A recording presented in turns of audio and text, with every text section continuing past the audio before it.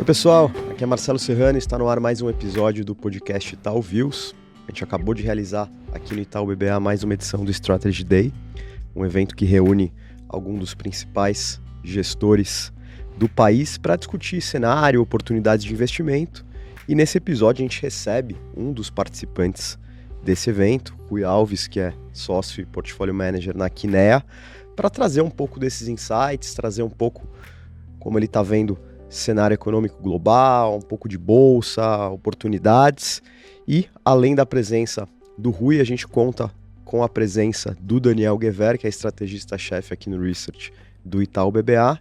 E, além de dividir a moderação aqui do episódio comigo, ele vai trazer também alguns calls de Bolsa Brasileira e um pouco da nossa cobertura Latam também. Daniel, Rui, bem-vindos aí. Obrigado. Boa. Rui, para a gente começar, acho que vale falar sobre cenário econômico americano. À primeira vista não parece tão animador, ao menos no curto prazo. Então queria te perguntar se essa combinação de corte de gastos federais e tarifas pode de alguma maneira acarretar uma desaceleração econômica, um aumento da inflação, se sim, em que magnitude, e também como você vê essa ideia, essa discussão muito latente no mercado sobre o excepcionalismo americano, a manutenção dele ou não. Bom, vamos lá, vamos por etapas, né? Eu acho que ninguém responde melhor a preço. As pessoas respondem muito a preço, né? Preço é o que a gente sente, né? O lugar mais sensível do ser humano certamente é o bolso. Então, quando você tem uma resposta de preço que o mercado, como a Nasdaq, cai mais que 10% do topo, as pessoas começam a questionar o que aconteceu. Eu acho que vamos começar de trás para frente sua pergunta. Vamos começar com o excepcionalismo americano. Estaria o excepcionalismo americano em jogo no momento ou em risco no momento? Eu acho que a resposta é sim e não. Tá? Onde ele estaria em risco no momento? Certamente, o que faz os Estados Unidos um país diferente? Né? A parte da geografia que é sensacional é o fato de que você tem instituições que foram herdadas desde o Império Britânico, na guerra contra os britânicos. Você teve todos os Founding Fathers, que você vai começar ali com Franklin, Washington, que criaram as bases, Hamilton, que criou as bases financeiras, Madison ali que trabalhou na Constituição. Toda essa sequência de instituições foram criadas nos Estados Unidos e que fazem dos Estados Unidos a potência global que é hoje, combinada com uma geografia realmente invejável.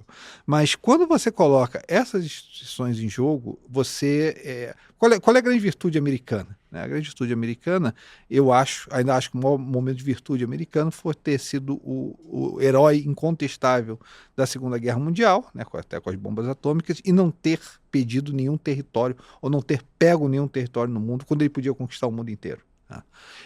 Nesse sentido, a maior crise que a gente está vivendo agora é a institucionalidade dos Estados Unidos. Porque quando você chega para o teu vizinho, que lutou 2 guerras com você, que lutou Afeganistão com você, que sempre esteve do teu lado, que é o Canadá, e que certamente não tem muito fentanil entrando do Canadá nos Estados Unidos, e você bate sem uma razão clara, ou sem um objetivo claro, né, ou sem targets claros do que você quer que esse seu vizinho faça, as pessoas começam a questionar o seguinte, né, onde está a institucionalidade? Né? Onde está a institucionalidade de falar da Groenlândia? Onde está a institucionalidade de chamar o presidente do Canadá de governador do 51º estado norte-americano?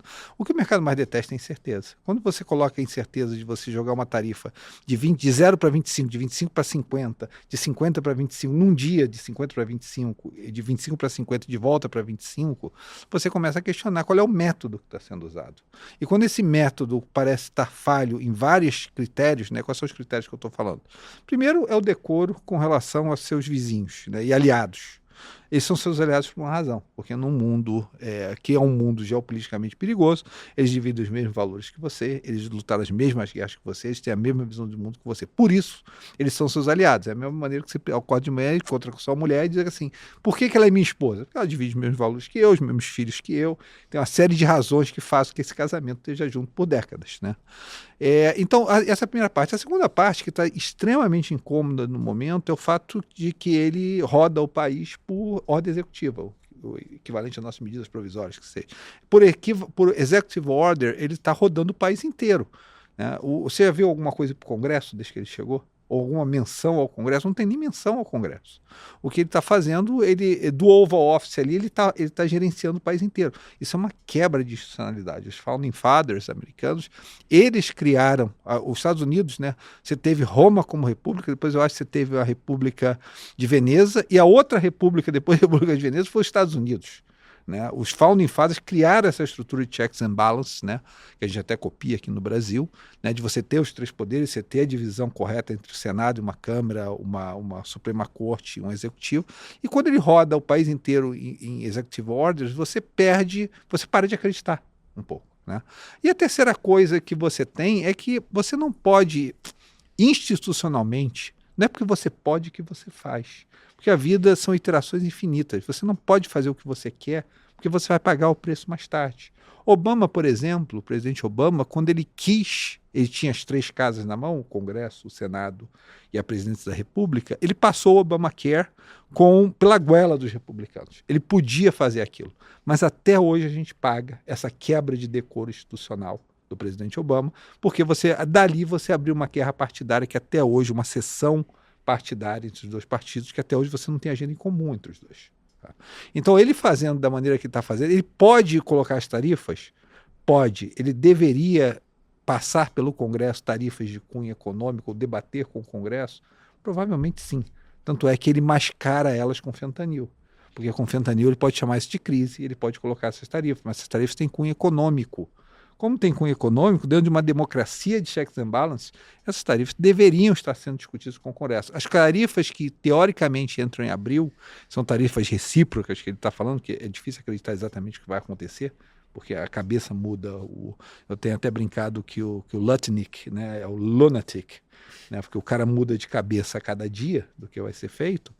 Essas tarifas provavelmente deveriam ser discutidas num fórum mais amplo dentro dos Estados Unidos, dentro das instituições norte-americanas. Então, essa incerteza que foi colocada, e o mercado detesta incerteza, faz com que você comece a questionar onde está o excepcionalismo americano, se o excepcionalismo americano vem das suas instituições. Né? Então, o mercado corrigiu. Eu acho que corrigiu com uma certa certeza. Eu não acho que o mercado olhe, por exemplo, DOGE, tá? Onde, na verdade, são cortes de despesa do governo, e mesmo que esses cortes de despesas levassem ao multiplicador e que esse multiplicador reduzisse o PIB americano no curto prazo, o mercado não veria isso mal. Se vão levar a uma melhor alocação de despesas dentro dos Estados Unidos, uma melhor alocação de recursos dentro dos Estados Unidos, o mercado normalmente sobe nesse tipo de decisão. Né? Experimenta aqui no Brasil, você resolve dizer assim, eu vou resolver o fiscal, eu vou cortar despesas desnecessárias e vou liberar a economia. Imagina o que acontece com a Bolsa nesse cenário aqui no Brasil. Então eu acho que não é por isso, eu acho que não é por DOGE, eu acho que não é pelas as tarifas. Os Estados Unidos é extremamente fechado do ponto de vista macroeconômico, muito mais fechado que o Brasil. Os Estados Unidos, médio para o americano médio, o mundo começa em Maine e o mundo termina na Califórnia, acabou ali. Fora os cruzeiros que eles pegam pelo Caribe, acabou o mundo entre Maine e a Califórnia. Então, nesse sentido, se você dissesse assim, é X de tarifa, essas são as razões econômicas, elas são justas, porque uma das principais maneiras que os Estados Unidos projeta o seu poder, o seu excepcionalismo, é pela noção de justiça. Né? Não é para atacar 50 mil esquimós na Groenlândia, é pela noção de justiça. Tá? Então, se o mundo visse a tarifa, se eu chegasse, vou te dar um cenário claro, tá? Eu vou fazer tarifas recíprocas, quem me trata de uma certa maneira, eu vou tratar da mesma maneira. Esse é meu princípio como presidente da República. Tá? A partir de 2 de abril, se você me tarifa, eu vou tarifar você igual. Essas tarifas vão no dia 2 de abril, vão gerar tanto de receita, e essa receita dessas tarifas eu vou usar para cortar impostos, para poder incentivar a economia americana, e também estarei cortando despesas junto desse processo para melhor alocar recursos na economia norte-americana. Se eu falo isso como presidente da República norte-americana, o que você acha que acontece com o mercado? Ele sobe.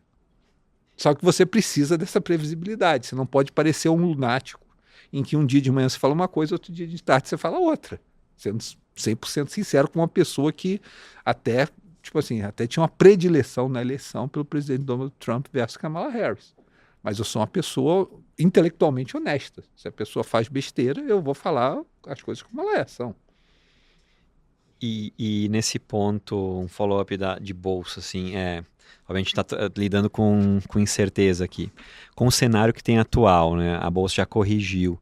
você acha que ela é uma oportunidade de investimento, se olha mais longo prazo? Tem temas, subsetores interessantes ou não? Vamos parar, vamos olhar, vamos esperar um pouco, dado que a gente está olhando só o curto prazo da correção, mas nos últimos 2 anos subiu mais de 20% anualizados, e nos últimos 10 anos foi um grande destaque. Entender um pouco da sua cabeça ali, olhando a Bolsa Americana de médio prazo. Eu acho, em primeiro lugar, é importante pensar o seguinte, historicamente falando, dentro de um contexto, você começar a ficar negativo com a Bolsa Americana após uma correção de 10%, normalmente não é a coisa mais inteligente a você fazer. Tá? Para você ter uma queda mais substancial da Bolsa, as quedas substanciais da Bolsa Americana, 20%, elas ocorrem normalmente em 2 cenários. Tá? Ou um cenário de recessão, e aí você tem que começar a pensar na palavra R, né? Se você realmente vai recessionar ou não. E não é qualquer recessão. Tá? É uma recessão onde você realmente corre um risco financeiro. Tá? Porque não é queda de PIB. Você para pensar, todas as recessões modernas que você teve nos Estados Unidos, elas são, primeiro, geradas por fatores exógenos. Tá? Eu acho que isso, todas elas foram, tá? Covid, estouro da bolha da Nasdaq, você teve o estouro da bolha financeira de House em 2008, e mesmo antes disso, 92, 99 você teve, 98, 99 você teve, também foi o estouro da bolha das Saving and Loan Crisis. Então, os Estados Unidos, como se torna uma economia cada vez mais financeira, né, alavancada, você precisa de um fator externo, não é simplesmente o ciclo de manufatura, como era nos anos 60, 70, você precisa de um fator externo. Você teria que se perguntar o seguinte, se você vai para uma recessão, normalmente ela tem fatores externos que causam ela, e ela normalmente afeta a alavancagem do sistema norte-americano. Tá? Você já levou a taxa de juros de 0 nos Estados Unidos para 5%, tá? E trouxe isso de volta recentemente. Você não está apertando monetariamente, não parece para mim que você está apertando monetariamente os Estados Unidos. Nesse sentido, eu tenho mais dificuldade de ver uma recessão, porque a segunda coisa que gera uma correção de 20% no mercado americano, historicamente, é um erro do Fed. É o Fed errar no assessment do mercado, e o mercado diz assim, como foi 2018. 2018 o mercado olhou para o Fed e disse assim, você está apertando demais, não vai funcionar dessa maneira, e gritou. O mercado corrigiu 20% durante aquele período, sem uma recessão, ou sem uma perspectiva de uma recessão ainda, porque o mercado disse para o Fed que ele estava agindo errado, e o Powell teve que mudar naquela época a postura dele. Se a gente pensar que num cenário em que o Fed sentisse o medo do aperto monetário na economia, ele certamente relaxaria. E se você pensar em que no momento você ainda não tem um fator externo exógeno que possa gerar essa crise financeira nos Estados Unidos, e os Estados Unidos já passou por um aperto muito grande, onde muitos dos excessos financeiros foram retirados, que foi a subida de juros de 0 para 5, você tem que criar um cenário onde essa correção se mostraria mais pronunciada. Porque eu não acho que as valuations de partidas eram excessivas. Tá? Você, por exemplo, a Nasdaq estava... Pega coisas como Microsoft, a coisa está parada há 1 ano, antes da correção. Tá? Então, as valuations de AI, eu vou argumentar com vocês, não eram excessivas. Tá? Eu acho que teve muita alavancagem principalmente de hedge funds, na direção daqueles trades, e isso gerou naturalmente uma correção que foi trigada, né, que foi iniciada, o fogo inicial foi a incerteza que eu mencionei, que foi criado nos primeiros momentos, porque todo mundo... O que aconteceu? Todo mundo... É fácil entender essa correção. Todo mundo entendeu as mensagens iniciais do governo Trump. Eu vou ser pró-business, eu vou desregulamentar, eu vou trazer essas tarifas, mas as pessoas imaginavam que elas seriam previsíveis e justas, né? Você me taxa como eu te taxo, por exemplo, ou uma tarifa universal. As pessoas perceberam que um presidente pró-business dentro de uma economia forte geraria juros mais altos na parte longa da curva, dólar forte e uma bolsa mais pujante em alguns setores prediletos dele. Não funcionou dessa maneira, ele trouxe uma incerteza muito grande para o sistema, mas todo mundo estava nesse posicionamento. Então você teve que desfazer esse posicionamento. Desfazer esse posicionamento custou caro para o mercado. O mercado está machucado no momento. Mas se você entrar no momento que o mercado está machucado, em que você entende as razões disso, e você dizer assim, agora tem mais 10%, pode ser que tenha, mercado vale tudo. Tá? Mas você vai ter, eu só te digo o seguinte, você vai ter que criar um cenário crível, né, para você ter o próximo movimento de 10% para baixo. Pode ser que aconteça, mas você tem que criar você tem que me dizer que cenário é esse. Rui, eu acho que é recessão. Vai ter. E tentando focar um pouquinho mais em tech, Rui, o que você acha que tem pesado mais para essa sangria mais acentuada, talvez, né? É culpa de manutenção, uma dificuldade dessa manutenção de múltiplos tão altos? São as novidades que a gente viu da China? É o macro? Você acha que dá para ter otimismo com tech ou tem alguma característica de bolha nisso tudo? Já dizia Fernando Pessoa, né? O mercado tem razões que o próprio mercado desconhece, né? Acho que foi Fernando Pessoa que disse.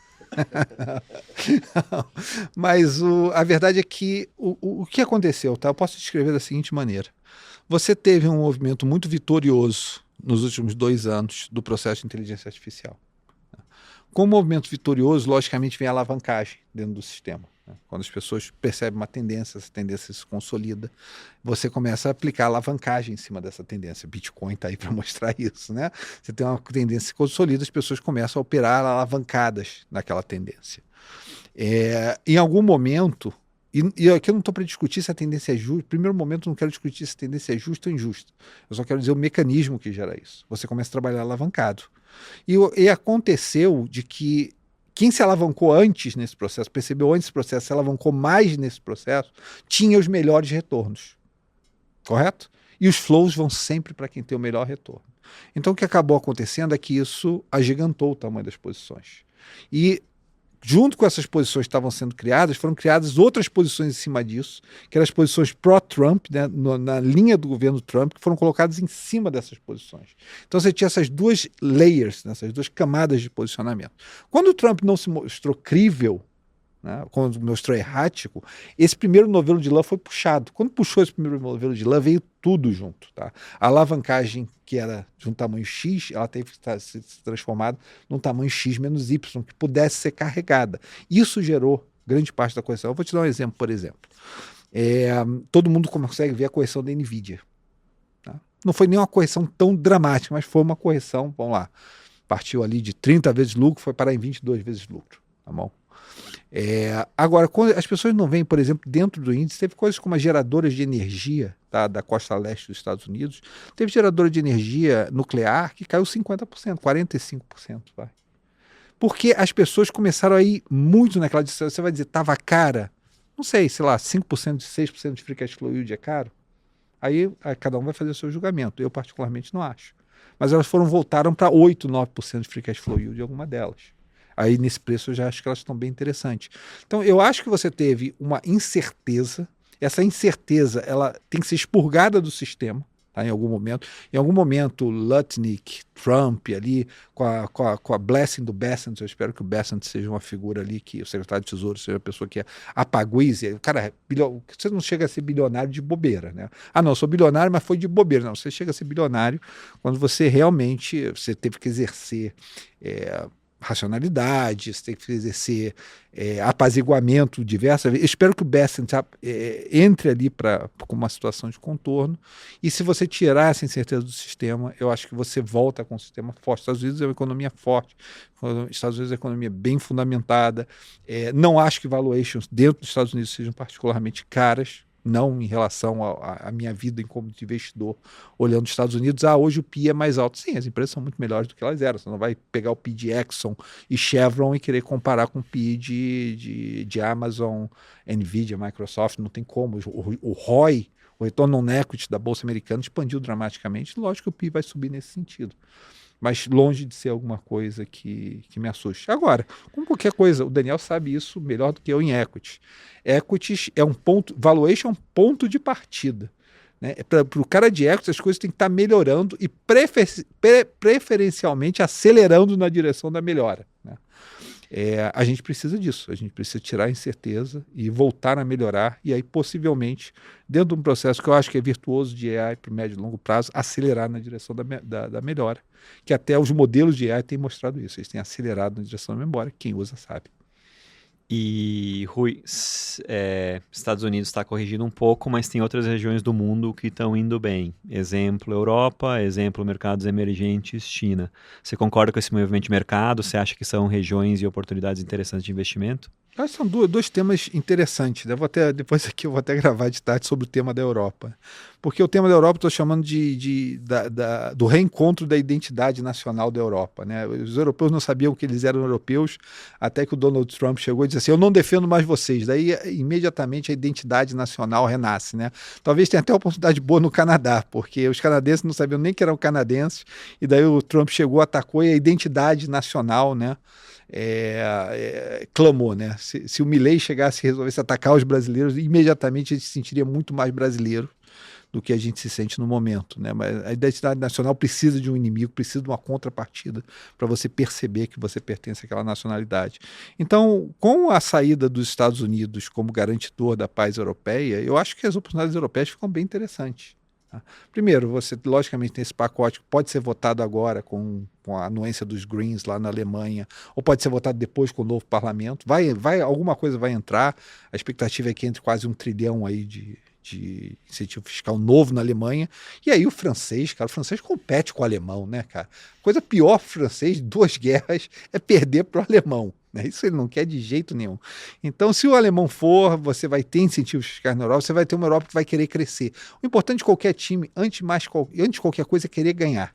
Né? Você tem que querer ganhar. O europeu não estava querendo ganhar. Eu vou trabalhar 35 horas por semana. O chinês diz assim, olha, enquanto você trabalha 35 horas por semana, eu durmo 35 horas por semana e vamos ver quem vai ganhar no médio e longo prazo. Você tem que querer trabalhar, você tem que querer aparecer, entendeu? Be present, né? Tá presente. E eu acho que a Europa, tipo assim, o índice europeu só recentemente passou o nível do ano 2000. O índice europeu está adormecido por 25 anos. E com esse movimento de incentivo fiscal, sim, empresas de infraestrutura, defesa, bancos, né, porque a parte longa da curva europeia tem subido, né, com esse estímulo fiscal, e o banco gosta da parte longa subindo em relação à parte curta da curva. Eu acho que eu acho que começou um trade ali, esse trade começou recentemente, eu acho que esse trade tem possibilidade de continuar. E eu falei até da China, né, falei no evento de vocês, eu digo, cara, eu acho que foi a coisa mais inteligente que foi feita, né? É tipo assim, o que está dando errado, o filho feio que está dando errado ali, que é a infraestrutura, que são as casas, passa debaixo do tapete, entendeu? Dá um dinheiro para não quebrar muito ali, mas deixa quebrar aos pouquinhos, e traz o filho bonito, né, e bota o filho bonito na vitrine, que é esse processo. Chama os entrepreneurs chineses, né? Digo, olha, eu quero AI agora em tudo quanto é lugar, eu quero crescimento de produtividade na economia, via inteligência artificial, coloca o seu capital por trás disso, né? E deixa essa área crescer. Eu quero semicondutora, eu quero AI, eu quero crescer nessa área, essa é a nova China. Eu acho que isso são coisas em equity que funcionam super bem, principalmente quando você passa de valuations muito deprimidas. Então, sim. Tá? O resto de mercados emergentes está mais difícil, está mais complicado, né? Daí a Índia, tipo assim, a Índia, sabe aquele meme que tem do cara que olha para outra menina, né? E a menina do lado fica olhando como você está olhando para a menina. É a Índia, né? Porque a Índia é aquele cara, o investidor virou a cara e começou a olhar para a China, né? E se você olhar, a Índia está desabando recentemente o mercado. E parte porque valuations, quando você tinha 9 vezes na China, você estava vivendo com valuation de 50 vezes na Índia, né?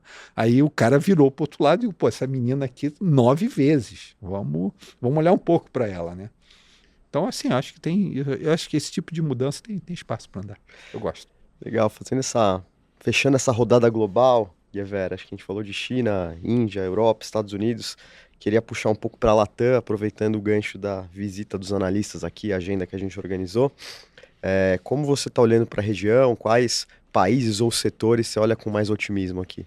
Não, legal. Eu acho que a região pode ser um beneficiário indireto dessa discussão do excepcionalismo americano. Então, e como o Rui falou, valuation é uma parte. Quando a gente olha mercado, a gente olha 4 coisas. Valuation, tendência de lucros, posicionamento e macro. Acho que valuation, Latam é interessante. Preço sobre lucro 8 vezes, desconto cerca de 20% por histórico. A gente foi olhar na história, se você comprasse esse nível de valuation ao longo do histórico, qual seria a sua TIR de 3 anos em dólar? Na média, próxima de 20% em dólar. Então, parece ser interessante o lado do valuation, mas tem que ter mais coisa que valuation. Eu acho que talvez tirando um pouco de Brasil agora, os outros países, eles estão numa política monetária em tendência de redução de juros. Isso tem alimentado um pouco o lucro das empresas. Então você vê uma região que é single digit PE, né, um dígito de preço sobre lucro, mas que tem crescimento de lucro acima de 10%. Então quando você ajusta para o crescimento, parece ser interessante. E posicionamento, o que a gente vê é a região perante os investidores globais, que é a maior categoria de fundos de ações, ela ainda está sublocada. A América Latina é menos de 1% no mundo. Eu acabei de voltar agora no meio de fevereiro do que eu digo que foi o meu melhor roadshow nos Estados Unidos na última década, desde o tempo que faço estratégia há um bom tempo, e abriu um pouco o horizonte de investidor. Antes, quem olhava a região era portfólio manager de emerging markets, de mercados emergentes, portfólio manager de América Latina, que é o cara dedicado, e alguns hedge funds. Agora, além desses caras, teve teve reunião com um investidor global, tentando olhar ali, região, será que eu consigo fazer uma tese de reversão à média, visto que o mundo está tentando fazer essa rotação global?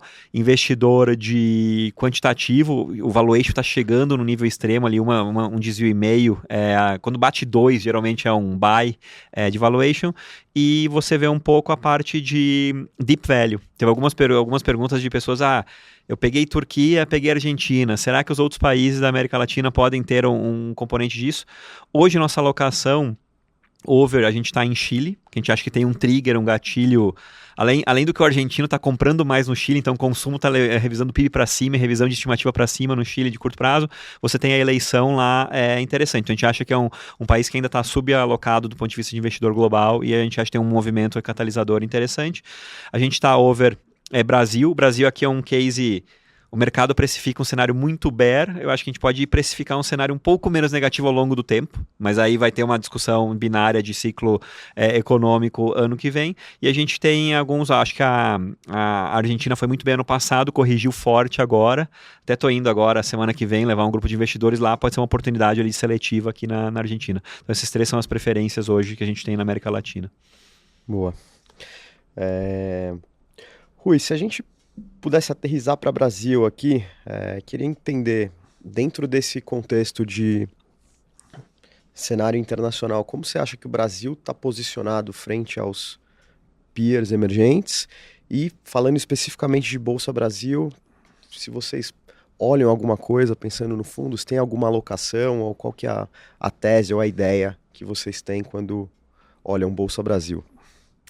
Cara, tipo assim... Eu acho que tem que remeter, talvez, em níveis diferentes essa pergunta. Tá? Vamos começar pelo nível mais fundamental da pergunta. O Brasil hoje, no nível em que você se encontra de trajetória de dívida e de nível de juros reais, é um país sustentável, sim ou não? Não, não é. Tá? Você não pode pagar, você não pode estar transferindo quase 10% do teu PIB de um lado para o outro, tá? Entre uma conta de juros gigantesca como está no momento, isso não é sustentável. Você não pode estar crescendo, sustentavelmente crescendo 2% e você sustentar juros reais de 8% da sua economia. Isso não é sustentável. Tá? Não com o primário que, quando você considera tudo junto, na verdade ele é negativo. Se você jogar tudo dentro desse primário, ele é negativo. Então, a situação, vamos ser claros, não é sustentável. Aí como você passa para uma... Aí você tem que fazer a seguinte pergunta como investidor. Por que você recebe 8%? Não é pela graça do Divino Espírito Santo. É simplesmente por um fato que é um prêmio de risco para você ficar aqui dentro. Aí você tem que se perguntar, por que em Santa Graça alguém te paga esse prêmio de risco para ficar aqui dentro? Porque existem riscos. Essa é a razão, não vem de graça. Porque ano passado, por exemplo, a gente manteve a Selic, vamos dizer assim, média, 12%, foi 24% de desvalorização cambial.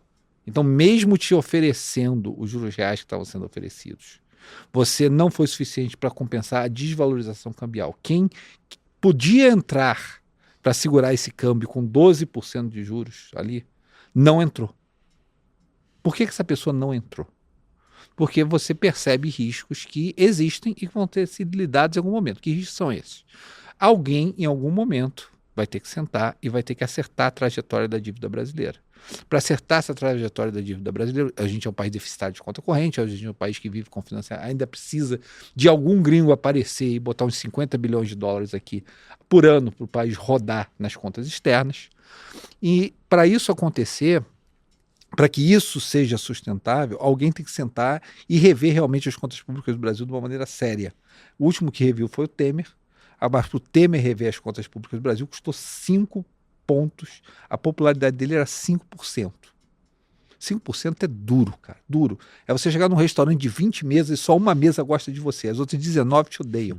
É difícil pra caramba viver dessa maneira. As pessoas não gostam das pessoas não gostarem dela. Tá? É um instinto natural do ser humano. Se eu chegasse naquele auditório ali com mais de 100 pessoas e eu soubesse que só 5 gostavam de mim e 95% não gostavam de mim, é uma situação difícil. Provavelmente eu mudaria para me adaptar às outras. É muito difícil socialmente não ser aceito.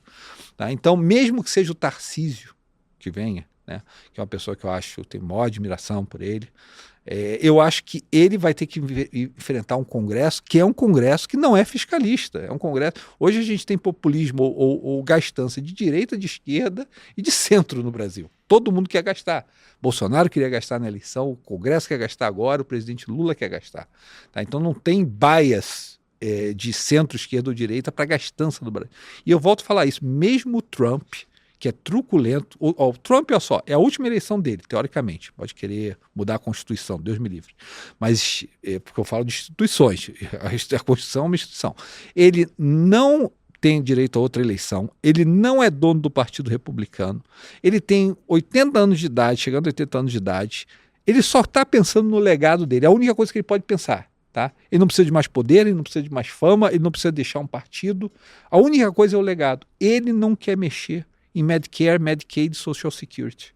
Ele disse para o Musk, mexe no que você quiser, mas não mexe no dinheiro que bate na conta de um americano em termos de transferência social. Você acha que o Tarcísio vai chegar e vai conseguir fazer isso fácil no Brasil? Porque o Temer, o que ele fez, ninguém corta despesa no Brasil. É impossível cortar despesa no Brasil. Tá? O orçamento é todo engessado. Tá? As despesas obrigatórias vão crescendo ao ponto que, em algum momento, 2027, 2028, elas vão ser mais do que 100% do orçamento, o que é uma impossibilidade matemática, né? Mas elas vão praticamente tirar todo o espaço das despesas discricionárias. E nesse sentido, você não, é tudo garantia constitucional, você não consegue cortar a despesa no Brasil. Tá? Você vê o ministro Haddad tentou 30 bilhões, né? Sabe lá se aquele cálculo estava até certo, mas 30 bilhões. O Brasil precisa de um ajuste seja do tamanho de 300 bilhões, que é mais ou menos 3% do PIB. Ninguém faz isso da noite para o dia, faz isso durante um período de tempo. Mas para fazer isso, o Temer tem que botar o teto de gastos, que não se sustentou. E o arcabouço, acho que a Tebet até, não sei se estou falando certo, mas eu ouvi algumas menções do governo, talvez, que o próximo governo vai ter que renegociar esse arcabouço. Tá? Cara, nesse sentido, olha só, não é para você chegar no Brasil e dizer vai ter um novo teto de gastos, quem que vai acreditar nesse novo teto de gastos? Você vai ter que vir com garantias reais em cima disso. Você vai ter que vir com movimentos muito fortes de sinalização que você é crível. Porque senão você vai ter um outro voo de galinha e novamente você vai cair no mesmo problema. O Maílson me falou no podcast que eu gravei com ele, disse, Rui, só uma crise grande resolve isso. Só o medo de virar a Turquia resolve o Brasil. Então acho que para um investidor de médio e longo prazo ele vai ter que pensar nisso. Esse é um risco que vai ficar na sua cabeça. E o tangível desse risco é o 8% de juros real que você recebe. Não é dado para você de graça. Aquilo ali é um prêmio de risco. Aquilo é um prêmio de risco assim, é o canto das sereias. Vem para cá, vem para cá. Né? Porque se der errado, você botou teu dinheiro todo aqui, deu errado, você virou um frentista no Texas, porque tu perdeu todo o teu patrimônio aqui, tu tá ilegal no Texas. Não é um lugar legal para você estar. Você podia ter parte do teu patrimônio distribuído fora do Brasil, mas para vir para o canto das sereias é 8%. Agora, esse é o principal. Agora, pode ter um trade de eleição? Lógico que pode ter. Lógico, se você consolidar um nome como governador Tarcísio a presidente da República, lógico que você vai ter descompressão dos mercados. É tangível falar isso nesse momento da história brasileira, nesse momento, 20 meses, 19 meses antes de uma eleição? Difícil, é muito difícil. Você pode pensar que vai dormir com o Tarcísio, acordar com o Gustavo Lima e você. Né? Não vai ser uma coisa legal na tua vida. E eu acho que pode ter um trade de descompressão. Tá? A tua terceira parte da pergunta, eu falei do mais longo prazo estrutural, eu estou falando do conjuntural, né, que você vai ter uma eleição pela frente. Agora, o que você vai encarar imediatamente, aí tem o imediato. O que você vai encarar imediatamente é um presidente que tinha a oportunidade de fazer uma reforma ministerial mais ao centro, né, chamar o Congresso, né, porque hoje o presidente não tem o Congresso. Não teve, não, os nomes que foram sugeridos, os nomes que estão entrando no governo, não são nomes de centro, são nomes clássicos, eu não vou chamar nem de esquerda, são nomes do presidente Lula, porque não existe mais esquerda no Brasil, não existe mais o PT no Brasil, existe o presidente Lula. Tá? Essa disputa eleitoral vai ser entre um candidato ou dois candidatos da direita, pode ser o clã Bolsonaro, Tarcísio, pode ser bom, Gustavo Lima, Deus me livre, mas você vai ter uns candidatos da direita que vão se colocar como possíveis pretendentes, e você vai ter o apontado do presidente Lula ou o próprio presidente Lula, né? Cada um com o seu núcleo duro e cada um lutando pelo centro do país. Imediatamente você vai ter um presidente em que vai lutar contra a função de popularidade. Ninguém gosta de não ser gostado. Então, quando a popularidade cai, ele vai puxar todas as alavancas possíveis para poder retomar a popularidade. Provavelmente você faria o mesmo. Tá? Ele sabe jogar o jogo político, ele é uma pessoa muito mais experiente que eu em política, então eu não vou aqui dizer para o presidente Lula o que tem que ser feito politicamente, é o terceiro mandato dele no governo, mas eu provavelmente como ser humano, eu estaria puxando, e isso pode incomodar o mercado, porque é uma guerra muito forte, porque o presidente Lula, sendo uma pessoa inteligente, ele já percebeu que o dólar é uma função fundamental da popularidade. Tá? Porque o que acontece? Se o dólar sai de controle, a cesta básica sai de controle, se a cesta básica sai de controle, a popularidade dele cai, o dólar para cima é uma sensação de incerteza muito forte no país, a classe baixa sofre, a classe média sofre muito e a classe alta reclama. Tá? Quem sofre mais é a classe baixa, mas a classe alta, toda a estrutura reclama. Mas ao mesmo tempo ele sabe que o que tem na mesa não é suficiente para levar ele para a reeleição. Então ele vai lutar, vai ter o pé de meia, vai ter o Vale Gás, vão entrar as coisas novas, e dessas coisas novas que vão entrar, o mercado não vai gostar, provavelmente, de muitas delas.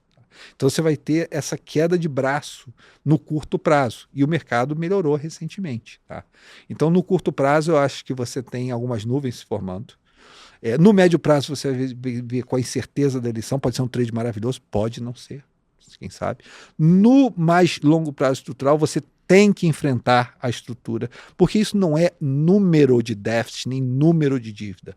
É que institucionalmente a dívida brasileira, a estrutura do orçamento brasileiro é insustentável. A rigidez do orçamento brasileiro é insustentável. Então, a política pela qual o orçamento é gerado hoje no Brasil, com as emendas do relator, com o orçamento do Congresso, que só cresce, já virou praticamente receita de muitos municípios e estados, essas transferências que são feitas pelo Congresso, que hoje ocupam grande parte do orçamento discricionário do governo, tá? Isso não é sustentável. Esse arcabouço não é sustentável, não é um arcabouço fiscal. O arcabouço orçamentário brasileiro hoje é insustentável, que foi engessado desde a Constituição de 88. Você, como investidor brasileiro, vai ter que passar por cima disso. Pode ser que a gente passe facilmente, mas provavelmente a gente vai fazer igual o Churchill falava dos americanos na Segunda Guerra Mundial. Os americanos sempre fazem a coisa certa, depois de tentar todas as opções erradas. E os brasileiros provavelmente vão fazer a coisa certa, porque o dinheiro de todos os brasileiros está aqui dentro, é um dos países menos diversificados internacionalmente do mundo, então o político panica, quando vai pensar, vai bater na minha empresa, vai bater no meu capital. Ali o político panica. Ali ele diz assim, eu não posso virar a Turquia. Eu tenho que fazer alguma coisa aqui nesse momento. E a coisa interessante do Brasil, e que tem livrado a gente do destino turco ou do destino argentino, por incrível que pareça, é o enfraquecimento do presidente da República. Embora muitas pessoas reclamem da queda de poder da instituição presidencial, desde ali de que o PMDB garantia no passado que o Brasil não viria, ou PSDB, PMDB, garantia que a gente não virava Turquia. Hoje o Centrão, reclame ou não do Centrão, mas essa estrutura de centro que foi criada permite ou impede, né, que a gente se torne a próxima Turquia, e eu acho que vai continuar impedido. Tá? Eu acho que se a coisa ficar feia o suficiente, você vota um parlamentarismo, você tira o cara de lá, quem quer que seja, tá? E você retoma agora. Continuamos na mediocridade, mas a mediocridade não é um fato da conjuntura econômica, e nem de quem é o presidente da República. A nossa mediocridade vem do fato das instituições que nós criamos e mantemos e continuamos acreditando nelas. No dia que a gente perceber que o Brasil agrário deu certo, porque na verdade foi investimento em tecnologia, foi investimento em educação, foi investimento da Embrapa, foi 3% de crescimento de produtividade por ano e deu muito certo, a gente vai olhar para o resto da economia e vai dizer assim, pô, a produtividade zero, que é o resto da economia brasileira fora agrário, isso nunca vai dar certo. E quando a gente resolver mudar essa instituição, aí sim a coisa começa possivelmente a andar no Brasil. Boa, para gente fechar, queria fazer uma rodada então com o Rui e com o Geverdi, alguns nomes, né? Tentar apurar se nas posições dos fundos tem alguns nomes de bolsa brasileira a despeito de todas essas incertezas que você vê com algum otimismo, e o Gever também selecionar algumas dentre os nomes que compõem o portfólio aí? Bom, acho que do nosso lado, assim, né, obviamente montar um portfólio é um exercício probabilístico, né? Então, se você tiver certeza que vai ter um cenário muito otimista, você vai comprar tudo em aviação e consumo. A gente olha muito o que funcionou no histórico e o que funcionou no Brasil. No Brasil, funcionou muito valor, carrego e qualidade. Que quando você olha, qualidade você ganha ao comprar empresas que são boas pagadoras de dividendo historicamente no Brasil. Porque uma empresa para pagar dividendo no Brasil tem que ter um ROE acima de 15%. Valor, tem várias formas de ter valor aqui. Mas, por exemplo, a gente tem 4 temas aqui. Primeiro tema, a gente acha que infraestrutura está interessante. Infraestrutura, eu acho que até o Rui mencionou, né? Um risco que a gente tem para tentar corrigir o déficit é inflação.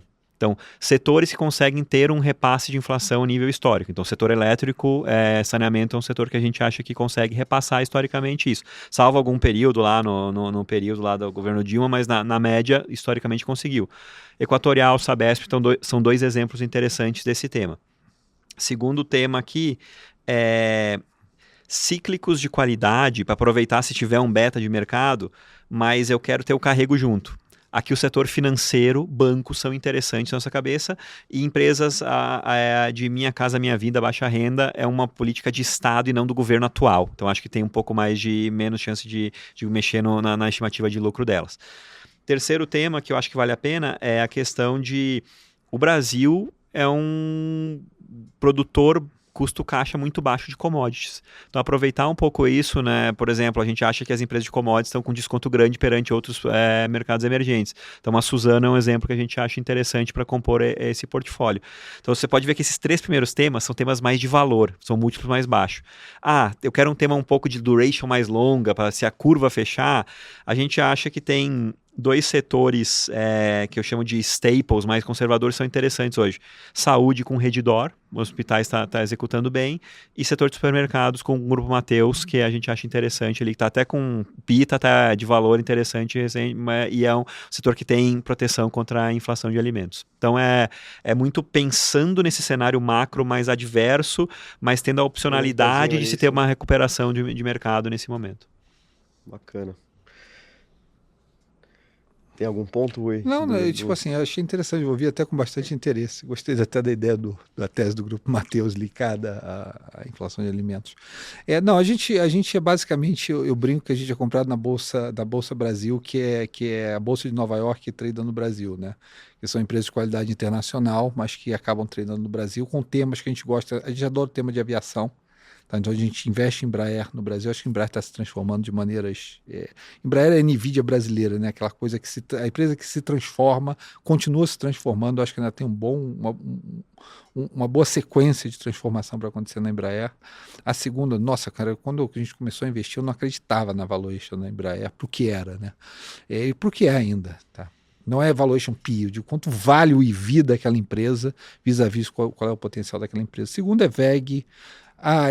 Porque esse tema de eletrificação, a gente falou isso na conferência de vocês, o único tema que esquerda e direita concordam 100% no mundo é que você tem que tirar as coisas do consumo de energia fora do grid elétrico e trazer para o grid elétrico. Tá? Quanto mais dentro do grid elétrico, melhor você controla a energia, né? Porque você tem múltiplas fontes, seja gás, seja solar, seja eólica, seja nuclear. Quando você traz para o grid elétrico, você tem melhor controle e diversificação da energia que você consome dentro de um determinado estado e país. Né? Por exemplo, só 18% da energia é dentro do grid elétrico. Você tem que crescer esse grid elétrico. Então a gente gosta... E por AI também, por inteligência artificial, você tem que crescer muito esse grid elétrico. Então a gente gosta, por isso que eu digo, o pessoal mais de mercado que gosta de AI, cresce o grid elétrico. O pessoal que gosta de ambientalismo, cresce o grid elétrico. A gente gosta. Então VEG é parte dessa tese global, tem outras empresas, Eaton lá fora, tem várias coisas, né? Siemens Energy, tem várias coisas que a gente gosta nesse tema. Suzano, também outra empresa que só é listada no Brasil, mas é um mercado internacional, acho que a gente pode estar vendo um bottom aí desse processo. Da fibra, né? E essa coisa pode realmente começar. Eu acho uma empresa sensacional, mas é isso. A gente tem muito da Bolsa Brasileira que não é a Bolsa Brasileira, que é a Bolsa de Nova York, que é listada no Brasil, né? Empresas de qualidade internacional são listadas no Brasil. Perfeito. Acho que a gente conseguiu cobrir bem a pauta. Foi uma aula esse episódio. Queria, antes de concluir, agradecer novamente as participações do Rui e do Guevara aqui com a gente. Valeu. Obrigado. Obrigado, gente. Boa. Um forte abraço.